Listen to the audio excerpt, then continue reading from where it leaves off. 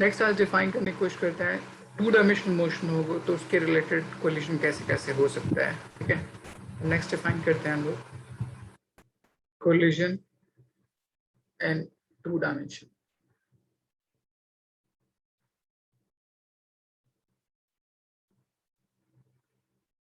मान लीजिए मेरे पास कोई ऑब्जेक्ट है ये, एंड इस पर्टिकुलर ऑब्जेक्ट का जो लाइन ऑफ इम्पैक्ट हो वो इस पाथ के लॉन्ग, सपोज कर लीजिए इस तरह। ठीक, ये इसका लाइन ऑफ इम्पैक्ट, इसके particular path line of impact में अगर कोई दूसरा पार्टिकल आ जाए, ये मान लीजिए उसका इम्पैक्ट, कोई दूसरा पार्टिकल इसके पाथ में एग्जैक्टली उसका सेंटर इसके पाथ से कोइंसाइड ना करता हो, मतलब स्लाइटली एज से कोइंसाइड करता हो अपर और लोअर, तब उसके बेस पे ये दोनों पार्टिकल आफ्टर कोलिजन जब डिफ्लेक्ट करते हैं तो किसी प्लेन के अलॉन्ग क्या करते हैं, मूवमेंट करते हैं, सच दैट के दोनों का सेंटर एक दूसरे को हिट नहीं कर रहा। इसलिए इसको हम हेड ऑन कोलिजन नहीं बोल सकते हैं या वन डायमेंशनल कोलिजन नहीं बोल सकते हैं। तब इसमें अगर मान लीजिए ये पार्टिकुलर पार्टिकल मूव करे इस पर्टिकुलर डायरेक्शन में सम u1 वेलोसिटी से, इसका सेंटर पॉइंट ये है, और ये इस पर्टिकुलर डायरेक्शन में मूव करे सम u2 वेलोसिटी से, इसका मास m1, इसका मास m2। तो आफ्टर कोलिजन ये मान लीजिए वर्टिकल लाइन, ये मान लीजिए हॉरिजॉन्टल लाइन, फर्स्ट पार्टिकल कुछ इस डायरेक्शन में मूवमेंट करेगी, सेकंड पार्टिकल कुछ इस डायरेक्शन में मूवमेंट करती है,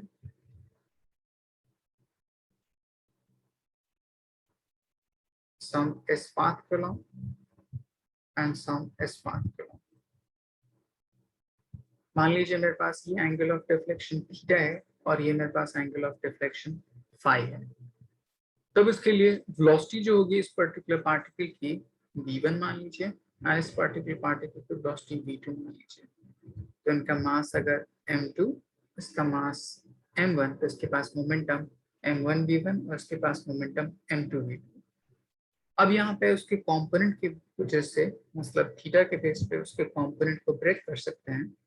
तो एक इस पार्टिकल के लिए कंपोनेंट तो ये हो जाएगा m1 v1 cos theta, and उसी तरह एक वर्टिकल कंपोनेंट यहाँ पे एग्जिस्ट करेगा तो वो हो जाएगा m1 v1 sin थीटा। आज समझ? Yes. सिमिलरली सेकंड पार्टिकल के लिए अगर मैं कंपोनेंट ब्रेक करूं तो एंगल के एडजेसेंट एक कंपोनेंट हो जाएगा m2 v2 cos phi, and similarly इस डायरेक्शन में कंपोनेंट आ जाएगा which is equals to m2 v2 times sin phi।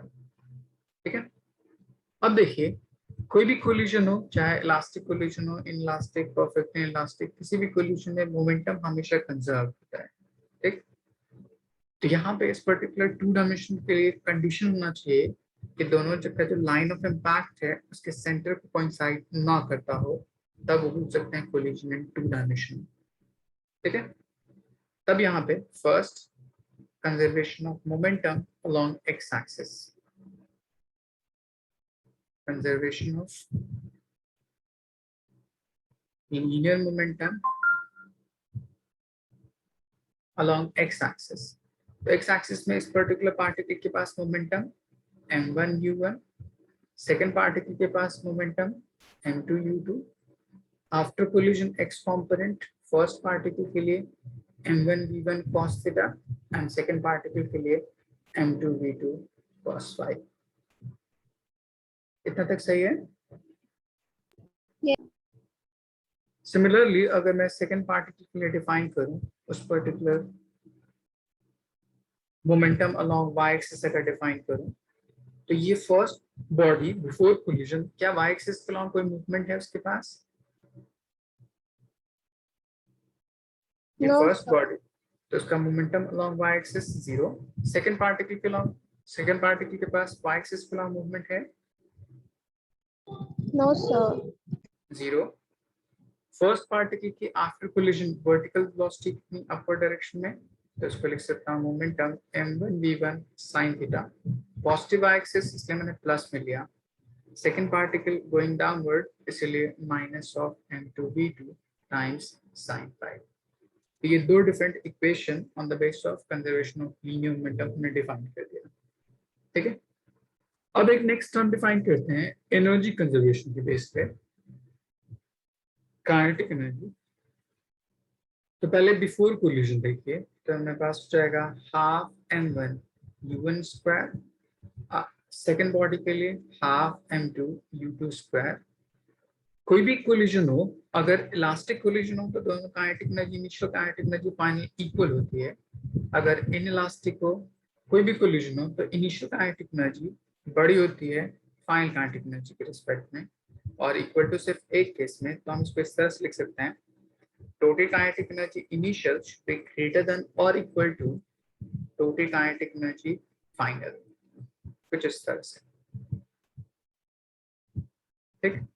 अब ये तीन बेसिक इक्वेशन कि हर जगह एप्लीकेबल होगा for two dimensional motion, depending upon given conditions क्या क्या है, एंड उसके अकॉर्डिंग हम सारी चीजें सॉल्व कर सकते हैं। आई बस में Yes, sir. ओके, इसको नोट डाउन कीजिए एक बार।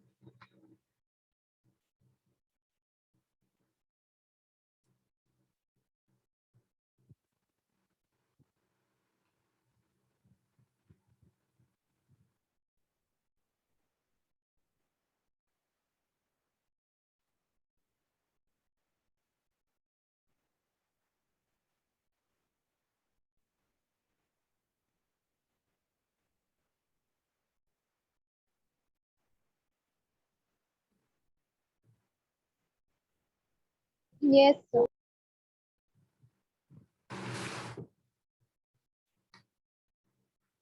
नोट कर लिया। Yes, sir.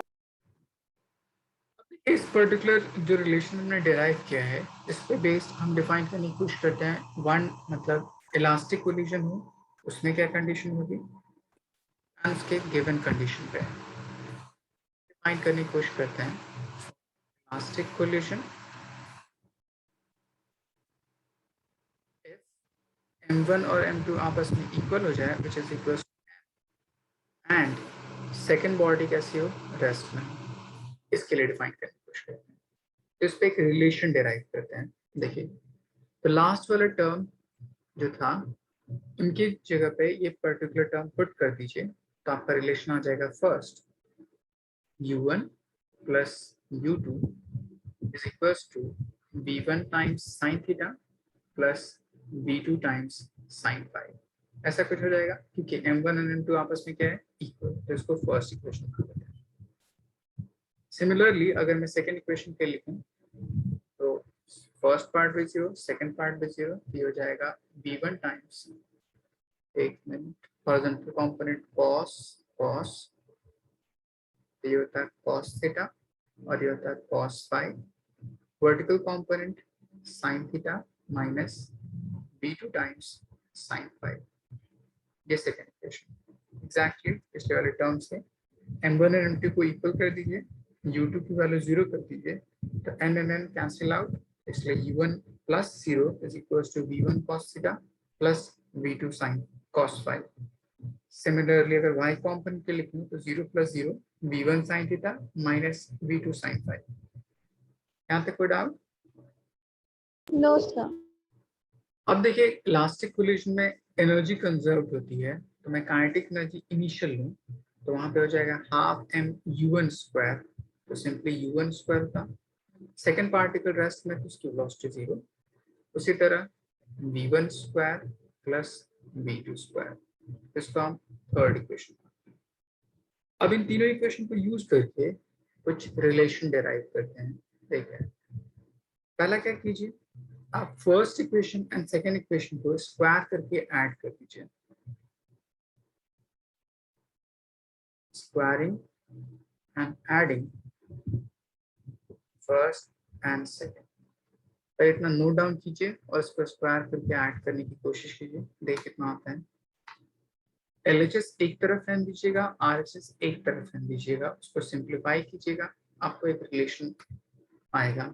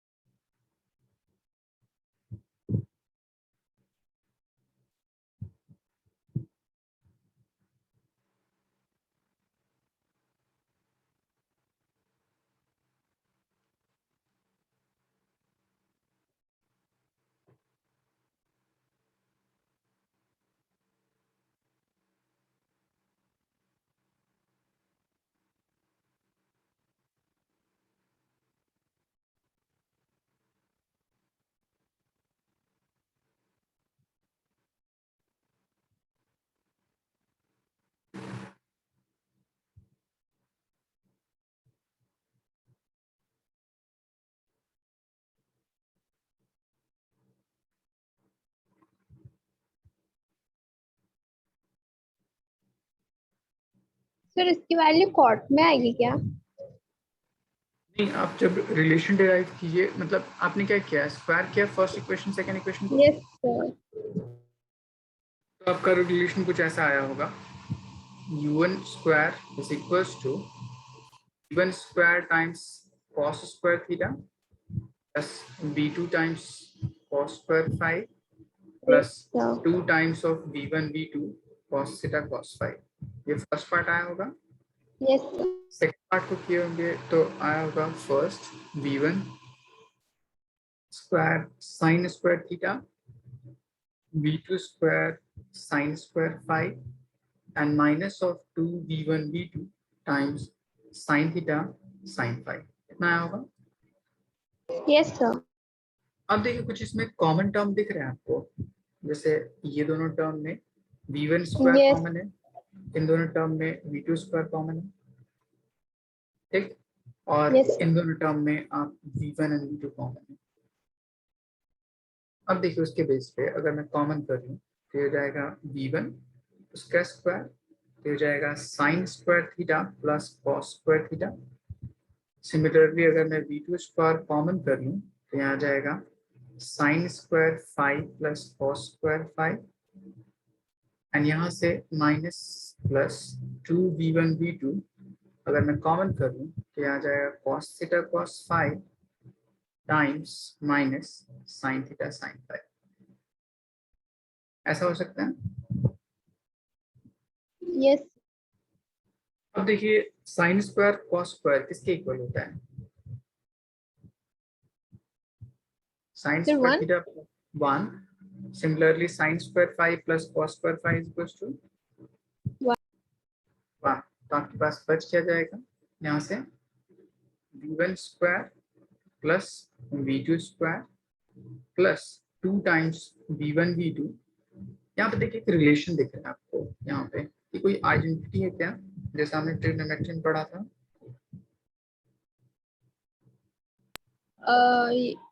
Yes sir. हमने पढ़ा था वहां पे cos of a plus b is equal to cos cos a a cos b cos b minus sin a sin sine a sine b. Exactly same relation यहाँ पे भी। Yes. तो मैं इसको भी लिख सकता हूँ cos of a plus b, यहाँ पे a किसको रिप्रेजेंट कर रहा है, theta. Exponent. a is theta and b is five, तो यहाँ पे हो जाएगा okay. cos of theta plus five. अब देखिए यहाँ पे लेफ्ट हैंड साइड में u1 स्क्वायर है, u1 स्क्वायर की वैल्यू फ्रॉम थर्ड इक्वेशन क्या लिख सकते हैं, v1 square plus v2 square लिख सकते हैं। यस। अब देखिए ये टर्म एंड ये टर्म कैंसिल आउट हो जाएगा, यस सर। तो सारी चीज सॉल्व होने के बाद आपके पास क्या बच गई, 2v1v2 cos theta plus five is equals to 0। ऐसा बच गया। Yes sir. v1 0 नहीं हो सकती, v2 0 नहीं हो सकती, 2 0 नहीं हो सकता, तो cos theta plus five should be 0, yes sir. And cos थीटा की वैल्यू 0 किस पर्टिकुलर एंगल के लिए, 90। तो मैं लिख सकता हूँ cos theta plus five is equals to 0। It means theta plus five should be equals to pi by, ये एक रिलेशन।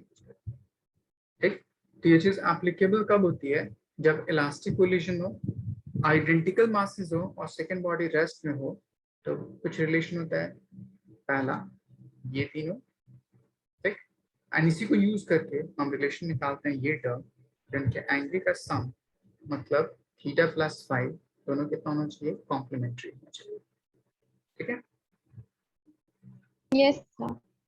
इसको नोट डाउन कर लीजिए।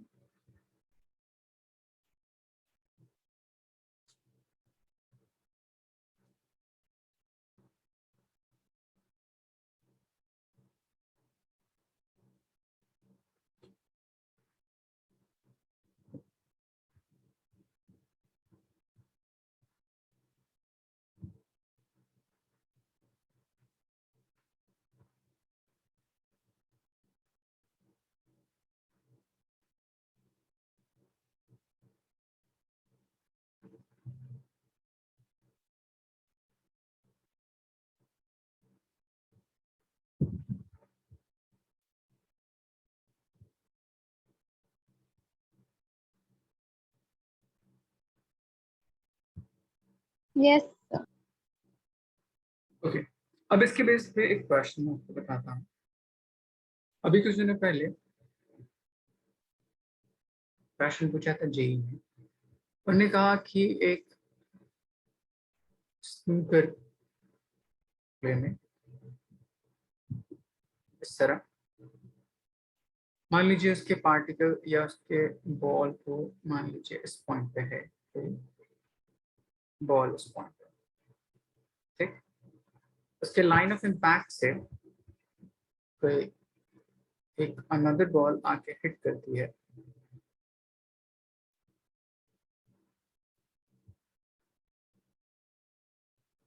ऑब्लिकली इस पर्टिकुलर पॉइंट पे। उस पर्टिकुलर इंस्टेंट से अगर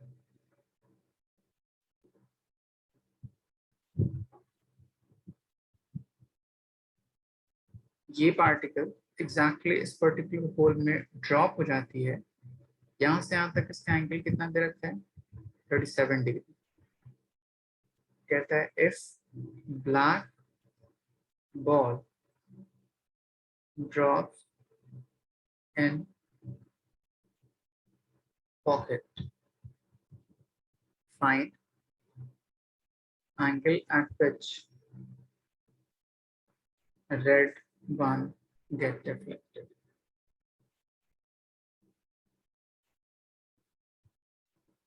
क्वेश्चन समझ आया? Yes, sir. मैं थोड़ा डायग्राम उल्टा बनाया, ऊपर को दिखाया है, वो नीचे से हिट करना चाहिए ताकि वो उधर की तरफ जाए।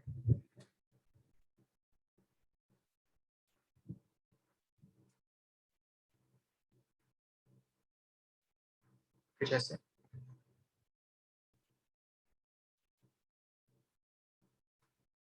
Yes, आंसर क्या होना चाहिए?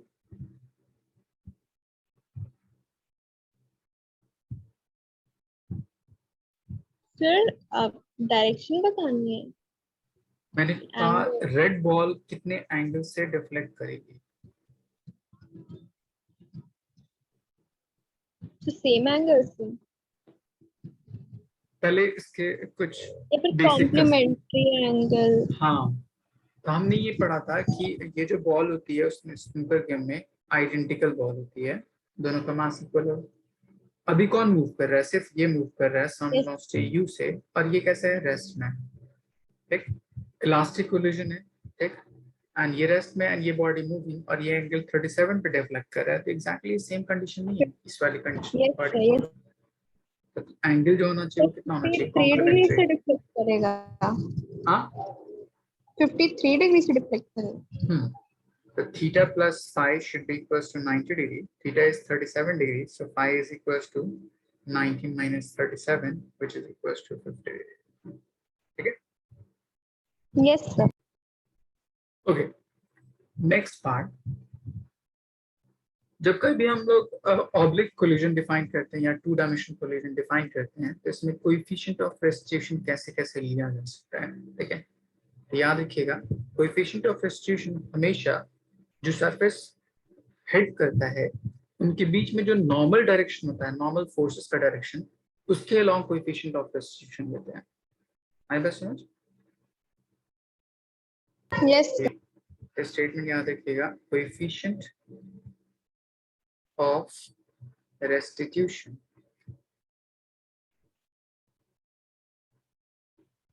is applied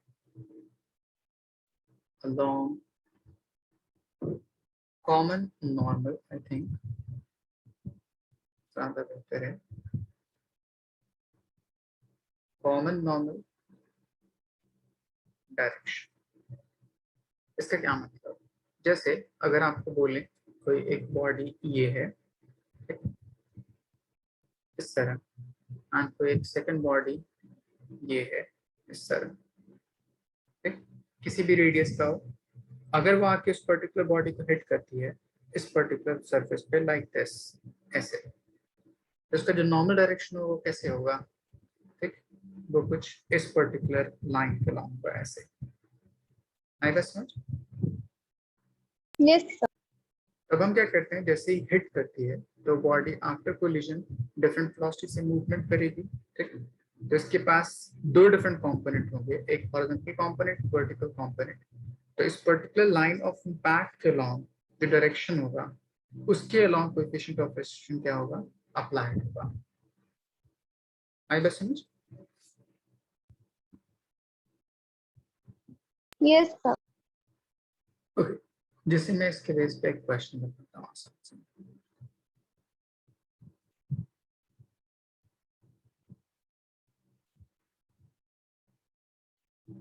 मान लीजिए आपको एक क्वेश्चन दे रखा है कि एक स्फीयर है, ये ठीक, सामने दो डिफरेंट बॉल्स हैं, एक बॉल ये है एंड एक बॉल ये है, एग्जैक्टली इसके इस पॉइंट पे। इसका जो लाइन ऑफ इम्पैक्ट है इसके टेंजेंशियल डायरेक्शन में, ठीक, इसका रेडियस इनके रेडियस से डबल है, ठीक। तब ये कोलिजन होगा उस पर्टिकुलर पाथ में तो कुछ ऐसे कोलाइड करेगा, एग्जैक्टली इस डायरेक्शन पे। आई बात समझ?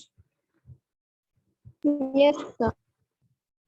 ये मूवमेंट करे इस पाथ के along some initial velocity u से, तो ये कोलाइड इस तरह की, तो इनका जो नॉर्मल रिएक्शन होगा इस पर्टिकुलर पॉइंट के अलोंग वो इस डायरेक्शन पे अलोंग होगा, इसका जो नॉर्मल रिएक्शन होगा इस पॉइंट के अलोंग वो इस डायरेक्शन पे अलोंग होगा।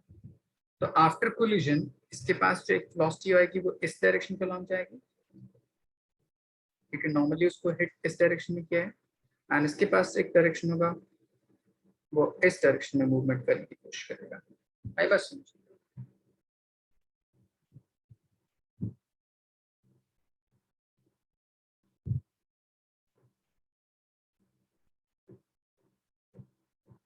क्वेश्चन है कि इसका मास m है एंड इसका रेडियस 2r है, इसका मास m एंड इसका रेडियस r, इसका मास भी m एंड इसका radius r। If the two identical sphere at rest in contact for horizontal surface, third sphere but of double radius hits the surface.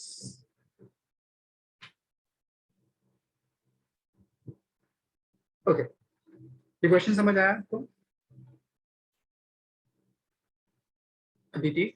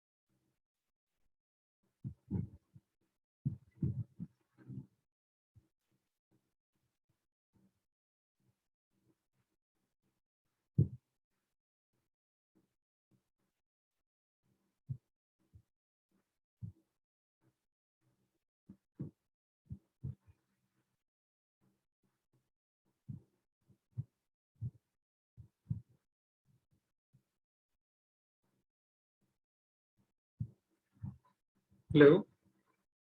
Yes, sir. Okay, देखिए question क्या था। पहले मेरे पास दो identical sphere of mass m and radius r इस तरह से place थे। एक third sphere of mass m of radius 2r उसको हिट करता है इस पर्टिकुलर डायरेक्शन में, इट्स सच दैट इसका जो मोशन है उसके टेंजेंट सरफेस को इस तरह से टच कर रहा है, ठीक।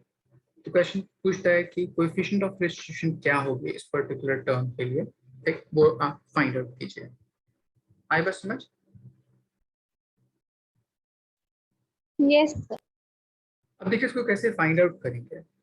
तो मैंने कहा था कोएफिशिएंट ऑफ रेस्ट्रिक्शन हमेशा अप्लाइड कहाँ पे होता है, जो उसका कॉमन नॉर्मल डायरेक्शन होता है उसके अलोंग। ठीक, तो पहले आफ्टर कोलिजन उसका डायरेक्शन ऑफ मोशन कैसे कैसे हो सकता है उसको देखने की कोशिश करते हैं। ठीक है, तो एक मेरे पास जो लाइन ऑफ इम्पैक्ट है वो ये है। ठीक, नॉर्मल जो डायरेक्शन है वो ये है उस पार्टिकल के लिए, इस डायरेक्शन में।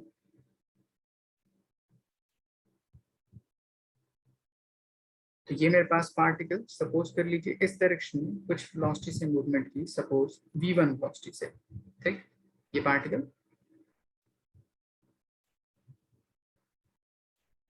एंड ये पार्टिकल जो पहले यहाँ से यहाँ तक आ रहा था वो सम v वेलोसिटी से इस पॉइंट पे आ रहा था। तो इस पर्टिकुलर वेलोसिटी को अगर मैं कंपोनेंट ब्रेक कर दूं, ये मेरे पास सम एंगल थीटा, ये मेरे पास एंगल थीटा, तो इसकी वैल्यू हो जाएगी v1 cos थीटा और इसकी वैल्यू हो जाएगी v1 sin थीटा। आई बात समझ? क्योंकि आइडेंटिकल पार्टिकल है तो नीचे वाली बॉडी भी सेम बिहेव करेगी। तो यहाँ से अगर मैं नीचे वाली बॉडी के लिए डिफाइन करूँ इस डायरेक्शन में एंड उसके लिए कंपोनेंट ब्रेक करूँ, तो इसके पास भी इस डायरेक्शन में वेलोसिटी जाती होगी विच इज अगेन v1। ठीक, इसके लिए दो कंपोनेंट, एक हॉरिजॉन्टल डायरेक्शन और एक वर्टिकल डायरेक्शन। इसके लिए भी एंगल डिफ्लेक्शन थीटा, तो ये टर्म हो जाएगा v1 cos थीटा और ये होता जाएगा v1 sin थीटा। आई बात समझ? Yes. First, applying conservation of linear momentum. तो linear momentum along x-axis. तो first ये body है, mass m, moving at velocity u. ये दोनों पार्टिकल रेस्ट में, तो इनका momentum along x-axis 0 is equals to इस पर्टिकुलर पार्टिकल का मास m, velocity along x-axis v1 cos theta, and second particle mass m, velocity v1 and component cos theta. So मैं इन दोनों को कंबाइन करके m कैंसिल आउट, तो v1 is equals to simply u over 2 times cos theta। बोल सकता हूँ? Yes, देखिए sir. अब देखिए इसके बाद कोएफिशिएंट ऑफ रेस्टिट्यूशन इसके बेस पे अप्लाई करते हैं यहाँ पे, तो वो कैसे अप्लाइड होगा। तो पहले देखिए कोएफिशिएंट ऑफ रेस्टिट्यूशन हमेशा अप्लाइड उस डायरेक्शन में होता है जो कॉमन नॉर्मल डायरेक्शन था, वो मतलब इस पर्टिकुलर पाथ के अलोंग। ठीक है, तो उस पाथ के अलोंग दोनों बॉडीज के लिए वेलोसिटीज निकाल लीजिए। तो ये जो पार्टिकल है इसकी वेलोसिटी तो v1 है उस पर्टिकुलर डायरेक्शन में, यहाँ पे वेलोसिटी ये v से मूव कर रहा है, तो इसका एक कंपोनेंट इस डायरेक्शन में कितना हो जाएगा, v times of cos theta हो जाएगा।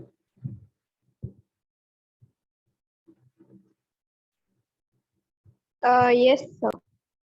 ओके, अब देखिए इस पर्टिकुलर लाइन ऑफ इम्पैक्ट या लाइन ऑफ नॉर्मल रिएक्शन में कोएफिशिएंट ऑफ रेस्ट्रिक्शन कैलकुलेट करने के लिए E is equals to simply relative velocity of separation divided by relative velocity of approach। ये होता है रिलेशन। Yes, sir. यहाँ पे रिलेटिव वेलोसिटी ऑफ सेपरेशन मतलब ये body with respect to this particular body इस डायरेक्शन में। ठीक है, आइडेंटिकल मासेस हैं, आइडेंटिकल मास के बाद क्या होता है, रिलेशन में इलास्टिक कोलिजन के लिए पढ़ा था कि आफ्टर कोलिजन जब हिट कर देती है तो फर्स्ट बॉडी रेस्ट में आती है एंड सेकंड बॉडी आपस में क्या करने लगती है, मूव करने लगती है। मैं बोल Motion सकता हूँ कि में। हाँ, तो फर्स्ट बॉडी की वेलोसिटी आफ्टर कोलिजन कैसी हो जाएगी, 0। ठीक, सिर्फ ये जो सेकंड बॉडी है वो मूवमेंट करने लगेगी इस डायरेक्शन में सम v1 वेलोसिटी से। तो यहाँ से बोल सकता हूँ it should be v1 minus 0 divided by relative velocity of approach. Approach कौन कर रहा होगा, ये लार्जर बॉडी उस पर्टिकुलर बॉडी को अलोंग नॉर्मल डायरेक्शन, उसके पास वेलोसिटी कितनी है, v cos theta, and second body initially rest पे थी तो उसकी वेलोसिटी 0, इसलिए मैं इस टर्म को लिख सकता हूँ v times cos theta minus 0। समझ आया? Yes, sir. अब इसको सॉल्व कीजिए तो ये टर्म आ जाएगा v1 डिवाइड बाय, यहाँ पे v नहीं था सिंपली u था, तो इसको लिख सकता है u cos थीटा। v1 की वैल्यू हमने पीछे डिराइव किया था u upon 2 times of cos theta, उसको लिख सकते हैं u divide by So u by 2 cos theta into u cos theta. U and u gets cancelled out, so it will becomes 1 over 2 times of cos square theta. अब देखिए यहाँ से cos थीटा की वैल्यू भी कैलकुलेट करने के लिए कैसे कैलकुलेट करेंगे, देखिए कैसे। आपके पास एक बॉल ये, ठीक, एक बॉल ये इस तरह से कनेक्टेड था, एंड द थर्ड बॉल जो इसको आके इस पॉइंट पे हिट करती है कुछ इस तरह से, ठीक। तो अगर मैं उनके नॉर्मल राइट डायरेक्शन के बेस पे इसके सेंटर से इसके सेंटर को ज्वाइन कर दूं एंड यहाँ से इस तरफ ज्वाइन कर दूं, ऐसे ज्वाइन कर दूं,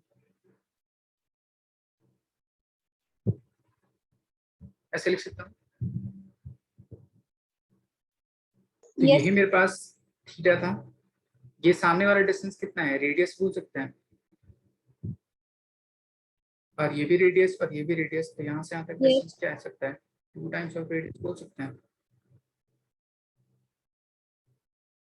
बोल सकते हैं।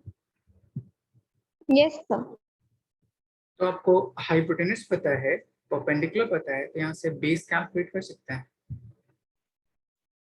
Using Pythagoras theorem. yes 2 sir square, तो ये पूरा टर्म कितना आ जाएगा, √3 टाइम्स ऑफ r आ जाएगा। तब यहाँ yes से अगर मैं cos थीटा की वैल्यू कैलकुलेट करूं which is equals to base over hypotenuse, तो इट विल बिकम्स √3/2। ये टर्म पुट कर दीजिए यहाँ पे, so e is equals to 1/2 cos square theta which is √3 का स्क्वायर 3 एंड 2 का स्क्वायर 4। ये टर्म आ जाएगा cancel out, so it will becomes 2/. आया समझ? yes sir यहाँ से नोट डाउन कर दीजिए।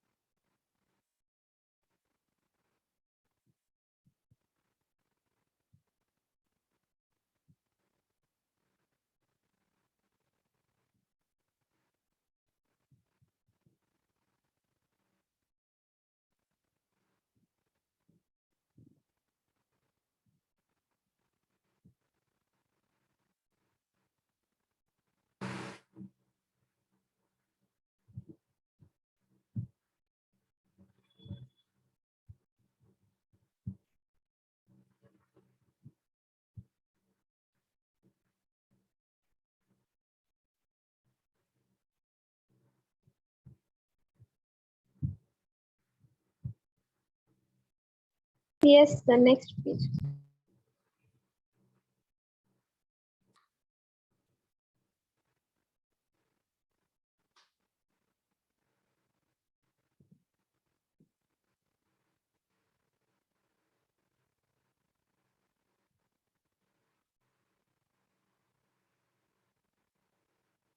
so वो e वाला पार्ट ये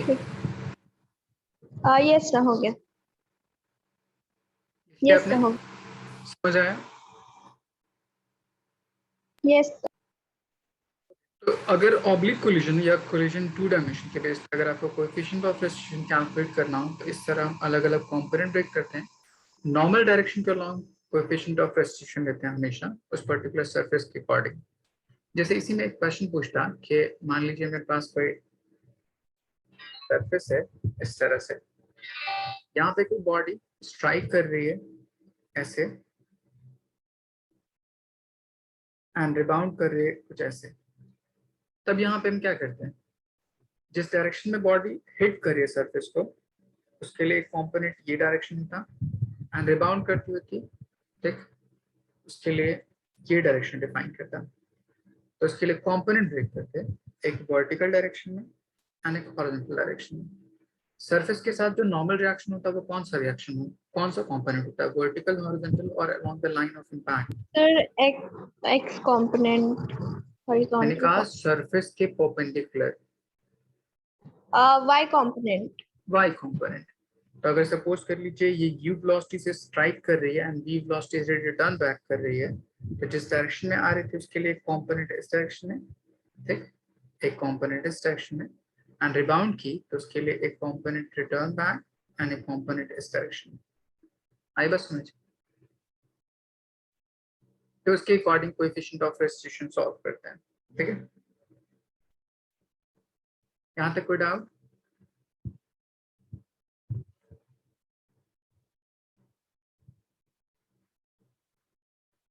अदिति कोई डाउट? नो सर, वो आवाज कट कट के आ रही है। ओके, मेरी आवाज कट रही है?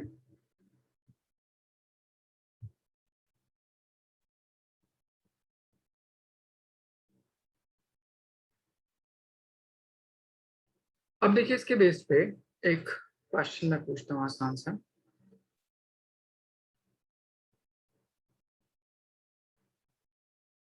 Particle of mass m moving at 2v along x-axis. Another particle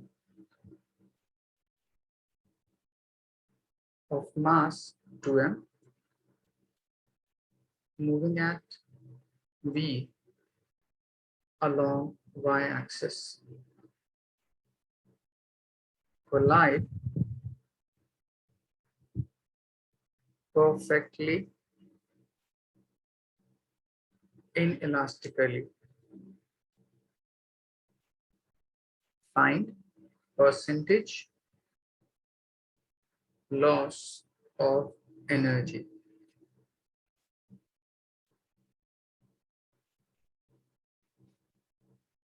Aditi मेरी आवाज आ रही है आपको?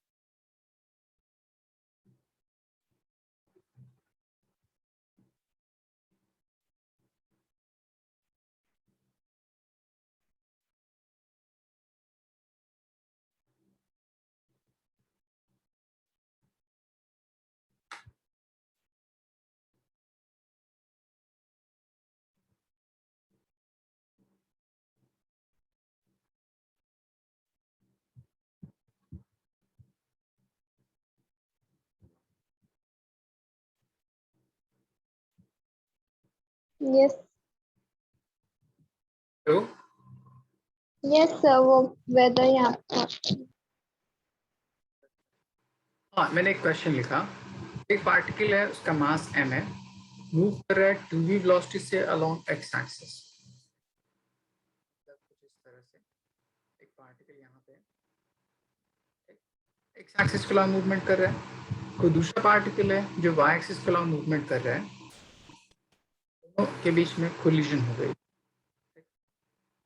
कैसी कोलिजन हो रही है? इनइलास्टिकली, परफेक्टली इनइलास्टिक। उसका मतलब क्या था परफेक्टली इनइलास्टिक का?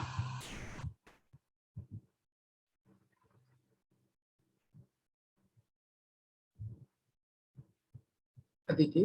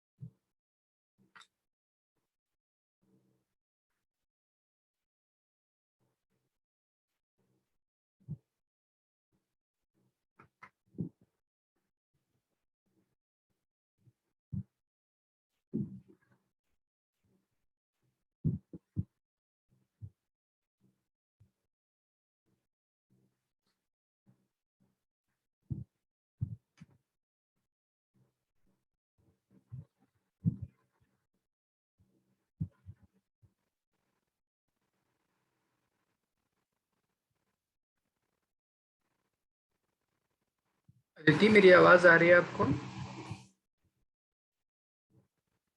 यस। हाँ,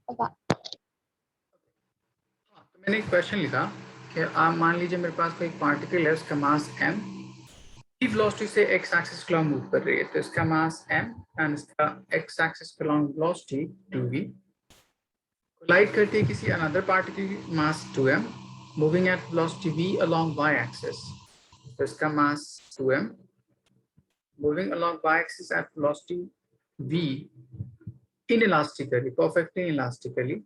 तो क्वेश्चन पूछता है कि परसेंटेज लॉस ऑफ एनर्जी कितनी होगी। तो इस तरह क्वेश्चन में पहला काम क्या कीजिए, after collision velocity of system कितनी होगी। तो चूंकि परफेक्टली इलास्टिकली है, मतलब आफ्टर कोलिजन दोनों आपस में क्या कर जाएगा, कंबाइन कर जाएगा, बोल सकते हैं। यस। तो इसका मोशन जो हो जाएगा कुछ इस डायरेक्शन में हो जाएगा, ठीक।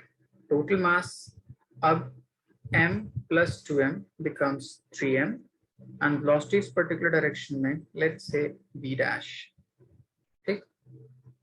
According to conservation of linear momentum, total momentum initial, total momentum final equal करना होगा। तब इस पर्टिकुलर वेलोसिटी के दो कंपोनेंट लीजिए, मान लीजिए इस एंगल थीटा पे इंक्लाइन, तो एक कंपोनेंट इधर की तरफ होगा, एक कंपोनेंट इधर की तरफ होगा। ये कंपोनेंट इसके इक्वल एंड ये कंपोनेंट इसके इक्वल, दोनों को डिवाइड कर दीजिए तो थीटा की वैल्यू आ जाएगी, उस थीटा की वैल्यू पुट करके बी डैश की वैल्यू हो जाएगी। आई बात समझ?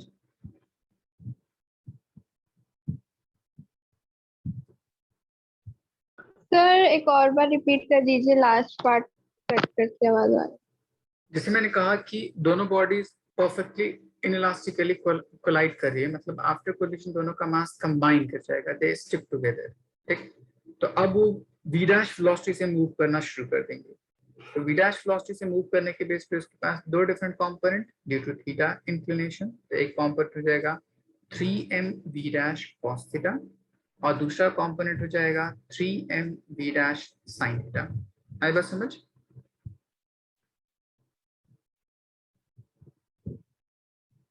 Yes sir. अब मैं क्या करूं, हॉरिजॉन्टल कंपोनेंट की इक्वल, मतलब ये मोमेंटम और ये मोमेंटम आपस में इक्वल होगा, ठीक। देन वहां से एक टर्म आएगा, फिर उसके बेस पे वर्टिकल कंपोनेंट के इक्वल, ठीक। वहां से मोमेंटम को इक्वेट कर दीजिए, दोनों इक्वेशन को आपस में डिवाइड कर दीजिए, आपको थीटा की वैल्यू आ जाएगी।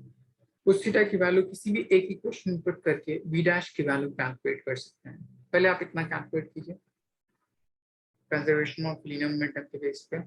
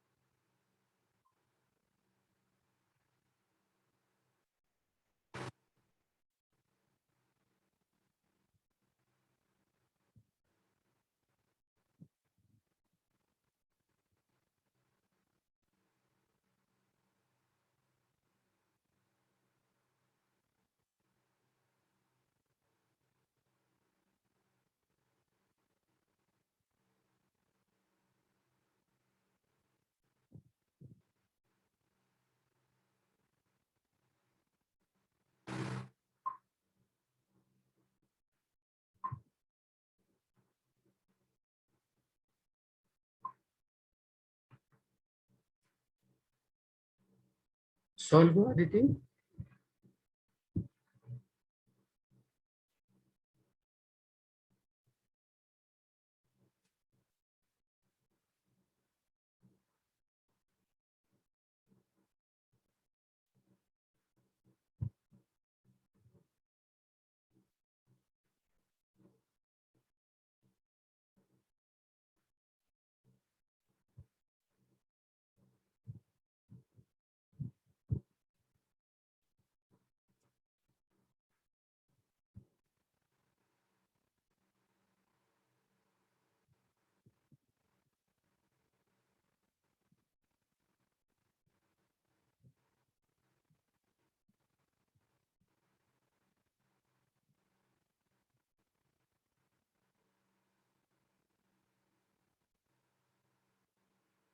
दीदी सॉल्व हुआ?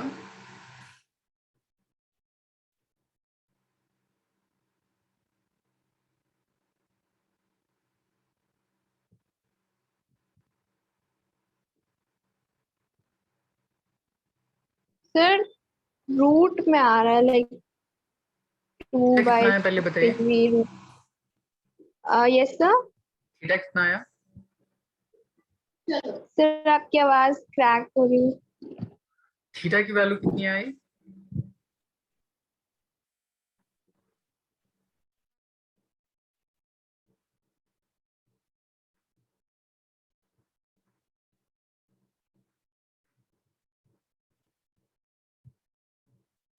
हेलो, थीटा की वैल्यू कितनी आई दीदी?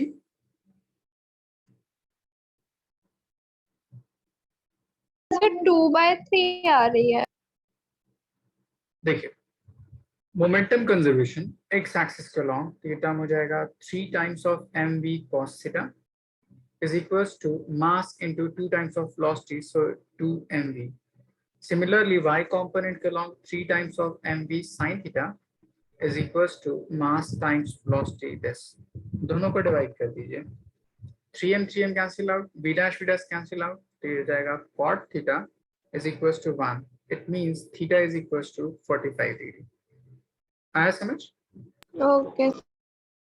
अब इस थीटा की वैल्यू को किसी भी एक टर्म में पुट कर दीजिए उस एबव इक्वेशन में, तो यहाँ जाएगा मेरे पास कितना, 3 times of m b dash, जिसकी वैल्यू मुझे चाहिए cos 45 1/√2 is equals to 2m times b. mm cancel out, तो b dash is equals to 2√2 divided by 3 times velocity. Yes sir मेरा भी यही आ रहा था 2/3√2v। ओके, अब क्या करते हैं, मुझे एनर्जी लॉस कैलकुलेट करना है। एनर्जी लॉस का मतलब इनिशियल एनर्जी पहले कितनी थी उसके पास और फाइनल एनर्जी कितनी है उसके पास, दोनों का difference divide by initial into 100। तो यहाँ पे जो एनर्जी है वो किसकी वजह से, मूवमेंट करने की वजह से, उसकी वजह से मैं कौन सी एनर्जी कैलकुलेट करूँ, तो kinetic energy. Kinetic energy total initial calculate कीजिए। तो इनिशियल में मेरे पास दो डिफरेंट बॉडी, तो फर्स्ट के लिए हो जाएगा हाफ m वेलोसिटी 2v उसका स्क्वायर 4v स्क्वायर। उसी तरह सेकंड बॉडी के लिए हाफ मास कितना 2m and velocity simply v उसका स्क्वायर। तो ये आपकी इनिशियल एनर्जी आ जाएगी। सेम इसी तरह फाइनल एनर्जी कैलकुलेट कीजिए, हाफ मास कितना हो जाएगा 3m एंड वेलोसिटी की वैल्यू जितना दे रखा है उतना पुट कर दीजिए। लॉस निकालना हो परसेंटेज लॉस, तो आप कैलकुलेट कीजिएगा kinetic energy initial minus kinetic energy final divide by kinetic energy initial into 100। आई बात समझ? Yes sir. सॉल्व कीजिए, देखिए आंसर कितना आता है।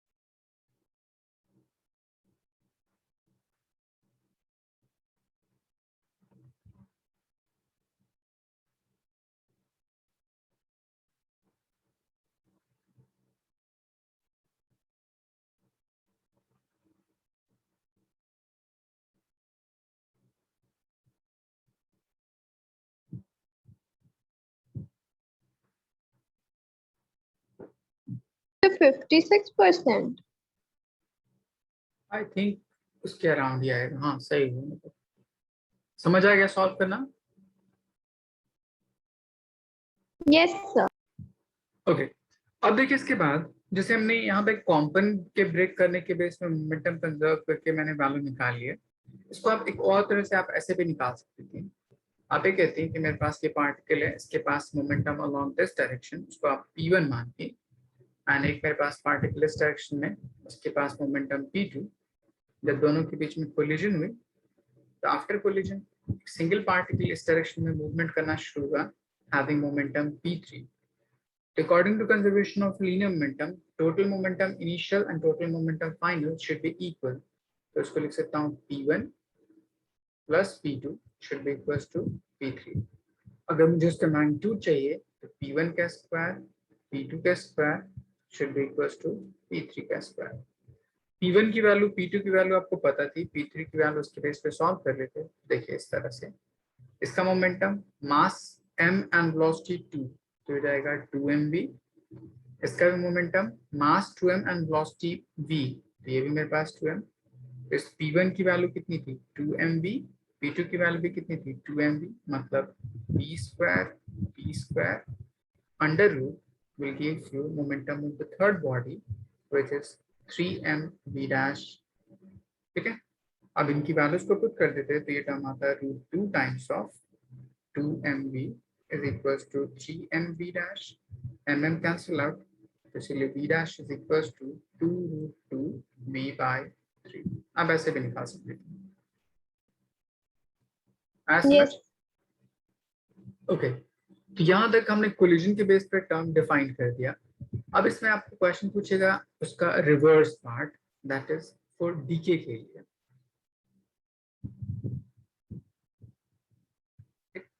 कोई भी न्यूक्लियाई अगर डीके करे तो पार्टिकल कितने नंबर जनरेट कर सकता है, उसके अकॉर्डिंग मोमेंटम कैसे कंजर्व करते हैं, कोलिजन कैसे अप्लाई करते हैं, उसको देखने की कोशिश करते हैं। सपोज कर लीजिए मेरे पास पहला कि एक सिंगल न्यूक्लियाई है इस तरह, ठीक।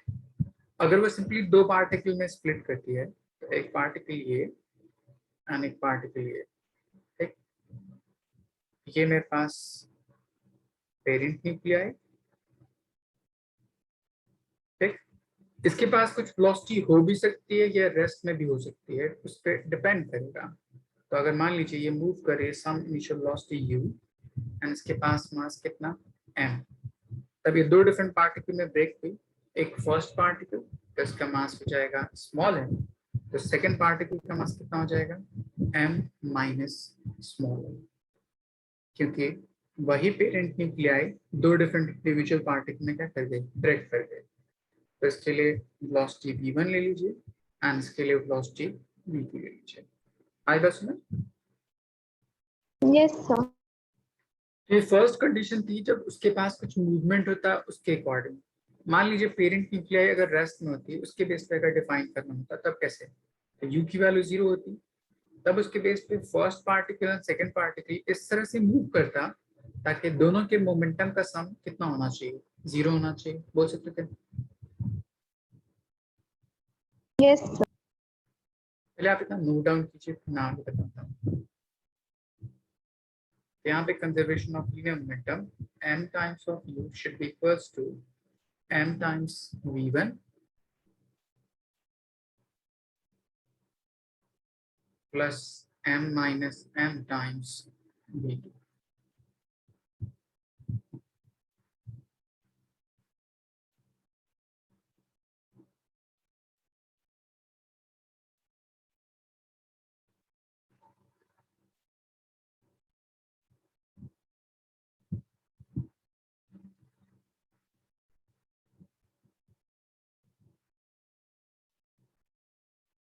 Yes, sir. ओके, एक सेकंड पार्ट होगा कि मान लीजिए आपके पास पेरेंट न्यूक्लियाई है ये, ठीक। इसने स्प्लिट हुआ, स्प्लिट किया अपने पार्ट को दो पार्ट में, एक ये पार्ट एंड एक ये पार्ट, ठीक। ये मेरे पास अभी रेस्ट में है, ठीक। इसमें कोई मूवमेंट नहीं। तो फर्स्ट पार्टिकल का मूवमेंट किसी इस डायरेक्शन में होगा, लेट्स से v1 वेलोसिटी से, तो सेकंड पार्टिकल का मूवमेंट ऑपोजिट डायरेक्शन में इस तरह से, ताकि इन दोनों के मोमेंटम का सम इस इनिशियल बॉडी के मोमेंटम के इक्वल होना चाहिए। तो इनिशियल बॉडी 0 वेलोसिटी से मूव कर रही है और हैविंग 0 मोमेंटम, तो इसलिए फाइनल भी क्या होना चाहिए 0। एक मिनट।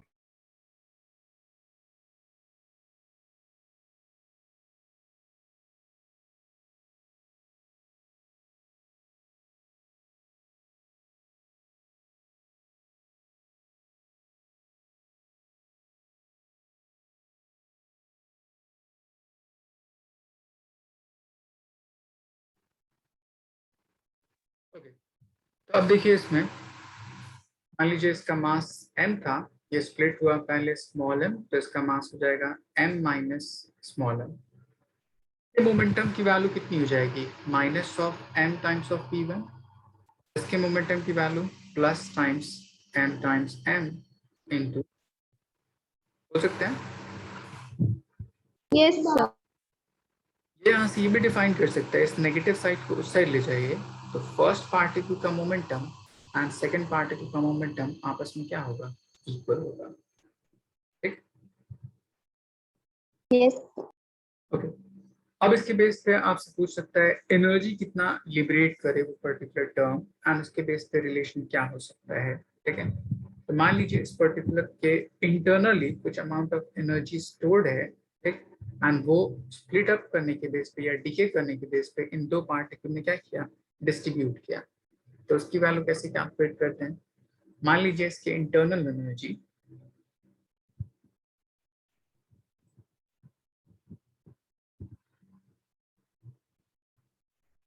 ई है, तब इन दोनों पार्टिकल के पास कितनी कितनी एनर्जी मिल सकती है, तो उसके लिए डिफाइन कर सकते हैं kinetic energy first particle is equals to उसके ऑपोजिट मास से mass of second particle divide by mass of first mass of second times total internal energy of the nuclei initially कितनी थी वो।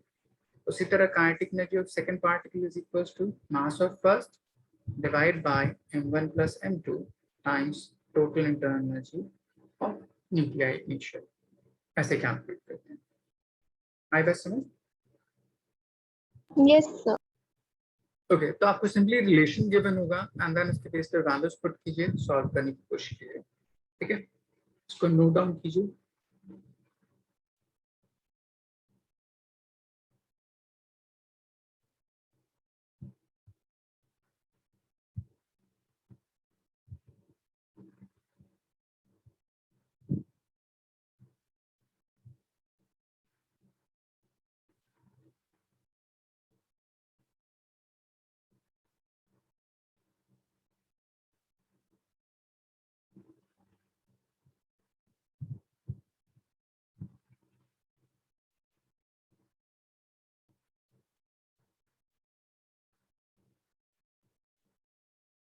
Yes sir. अगर मेरे पास यही collision तीन particle के बेस पे डिफाइन होता है, ठीक है, तो उसमें कैसे ब्रेकिंग करते हैं। ठीक,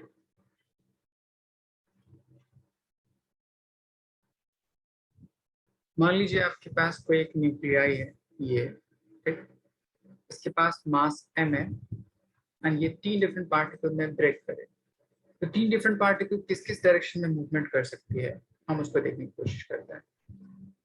तो आप यहाँ से पेन ड्रॉ कर लीजिए।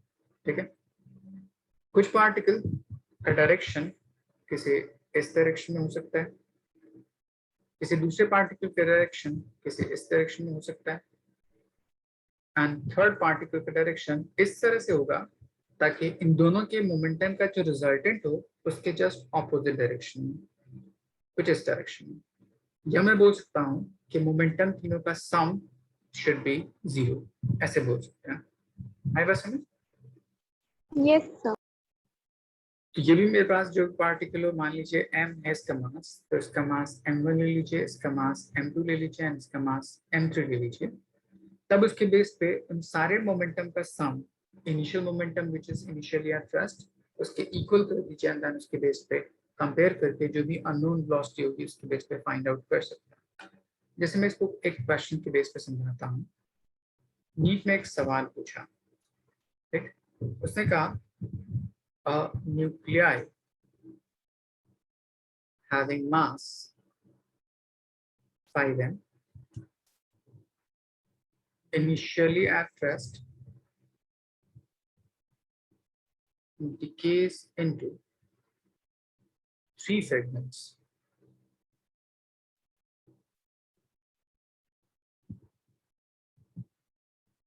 having mass m, m, and 3m,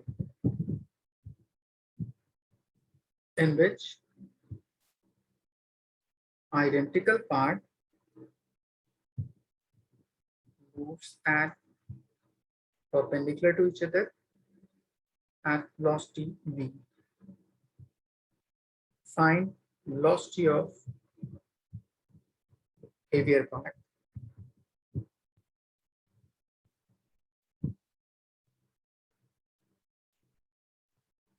Also find total internal energy of nuclear. यहाँ पे बात समझ में आए? Yes, sir. अब देखिए इसमें सॉल्व कैसे करिएगा। तो ये क्वेश्चन में बोल क्या रहा है, वो जो पार्टिकल है उसका movement perpendicular to each other, तो इसमें कुछ ऐसे आप अज्यूम कर लीजिए। एक पार्टिकल इस डायरेक्शन में तो उसका मास m है एंड वेलोसिटी इस डायरेक्शन में कितनी v। दूसरा पार्टिकल इस डायरेक्शन में मास m एंड वेलोसिटी v। तीसरा पार्टिकल इस तरह से मूव करे ताकि उन दोनों के मोमेंटम का सम इसके इक्वल हो जाए। तो इसका मास मान लीजिए कितना 3m एंड वेलोसिटी मान लीजिए v डैश। हो सकता है? Yes, sir. तो इसके लिए कंपोनेंट रेट कर लीजिए थीटा। तो एक कंपोनेंट इस डायरेक्शन में, एक कंपोनेंट इस डायरेक्शन में, ये हो जाएगा 3m times v dash cos theta, और एक कंपोनेंट हो जाएगा 3m v dash times sin theta. Conservation of linear momentum, क्योंकि इनिशियली बॉडी रेस्ट में थी तो फाइनल मोमेंटम इन दोनों का सम शुड बी 0। उसी तरह यहाँ पे भी कोई y एक्सिस का मूवमेंट नहीं, तो इसके भी y कंपोनेंट का मोमेंटम शुड बी 0। दो इक्वेशन बनेंगे, दोनों को डिवाइड कर दीजिए, थीटा की वैल्यू आ जाएगी और थीटा की वैल्यू पुट करके किसी भी एक इक्वेशन से हम v डैश की वैल्यू निकाल लेंगे। आई बात समझ? Yes, sir. ओके, पहले इतना सॉल्व कीजिए, थीटा निकालिए, v डैश निकालिए, देखिए कितना होता है।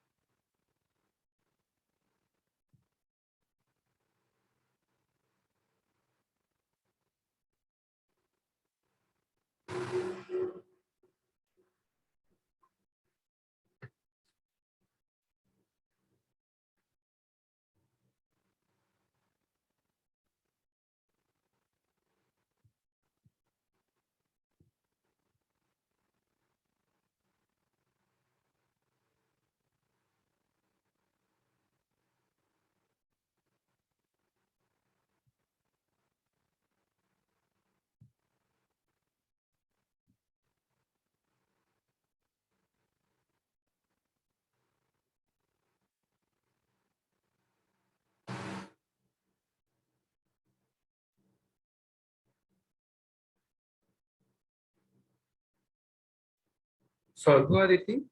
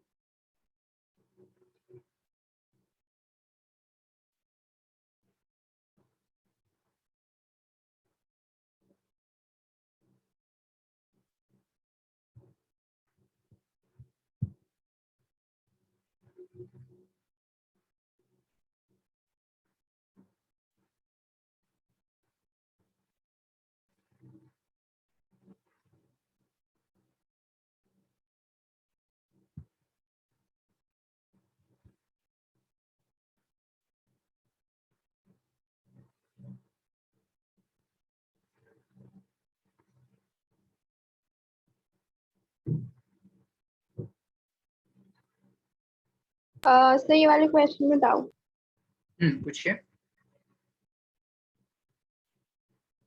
पहले देखिए, इनिशियल मोमेंटम यहाँ पे कितना है बॉडी के पास, 0, तो फाइनल मोमेंटम शुड बी 0।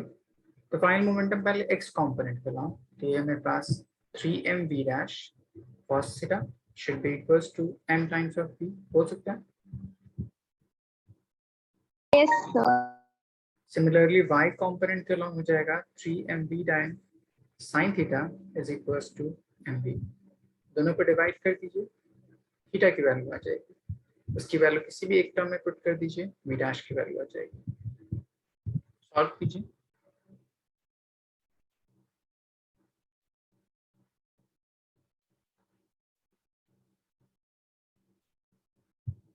इसमें तो सिर्फ cos और sin ही बचेंगे, लाइक वो cot नहीं बन जाएगा। हाँ, तो cot theta is equals to 1 means theta is equals to 45 degree. Yes sir. उस वैल्यू को किसी भी एक इक्वेशन में पुट कर दीजिए, ऊपर वाले में या नीचे वाले में, तो वहां से v डैश की वैल्यू आ जाएगी।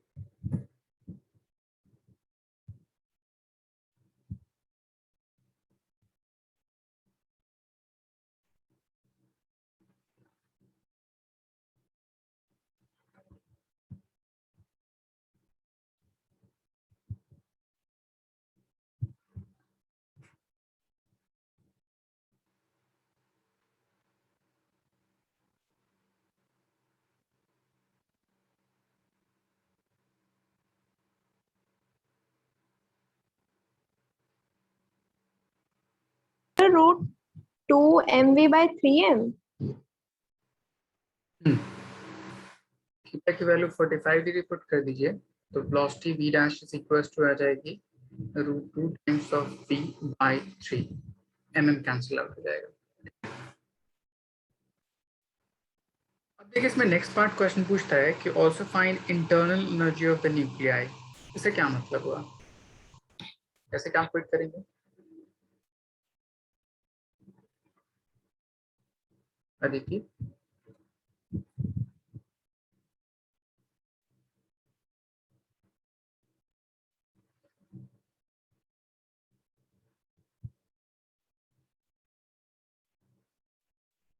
Aditi,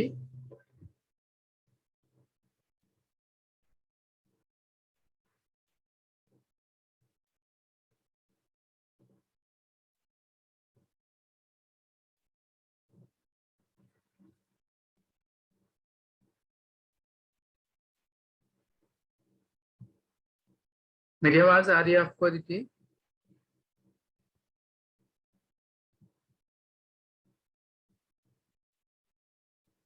sir yes sir.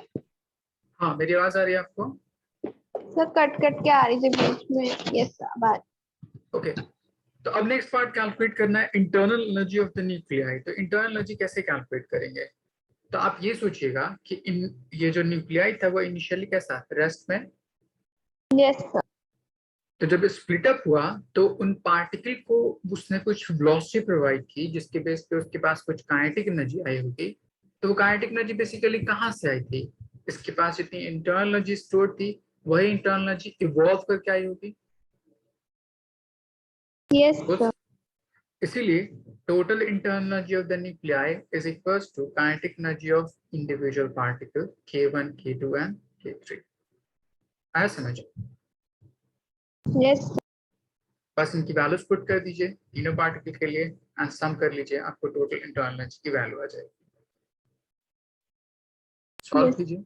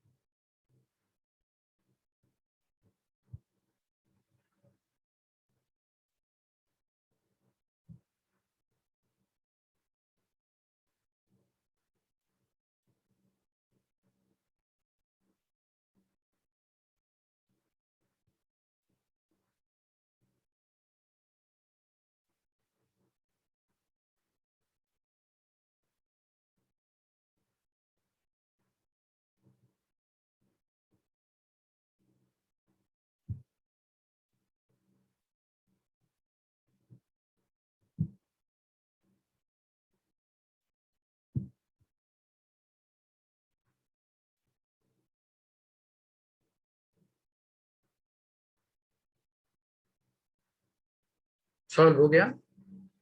Sir ये mv स्क्वायर प्लस 3mv² आएगा। फर्स्ट पार्टिकल के लिए half times of mv square, Yes, sir. Second particle के लिए भी इतना ही, तो इसको 2 से मल्टीप्लाई कर दीजिए। थर्ड पार्टिकल के लिए हो सर जाएगा एक के लिए हाफ, तो जीरो, एक के लिए जीरो नहीं होगा? कौन से पार्टिकल के लिए? यस सर, समझ। तीनों मूव कर रहे हैं ना, तीनों के लिए Yes. कैलकुलेट करेंगे। थर्ड पार्टिकल के लिए मास 3m एंड वेलोसिटी √2/3 उसका whole square means 2/9 v square.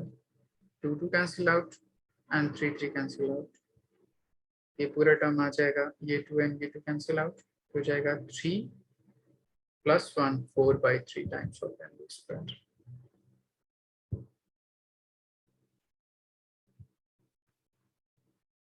Yes. Okay, तो आपका कोलिजन का पूरा पार्ट यहाँ तक खत्म हो गया, ठीक है। इस बेस क्वेश्चन करिए, ठीक, 1 डायमेंशन 2 डायमेंशन जितने भी अलग अलग प्रॉब्लम Yes, होते हैं sir. उसके बेस पे, ठीक है।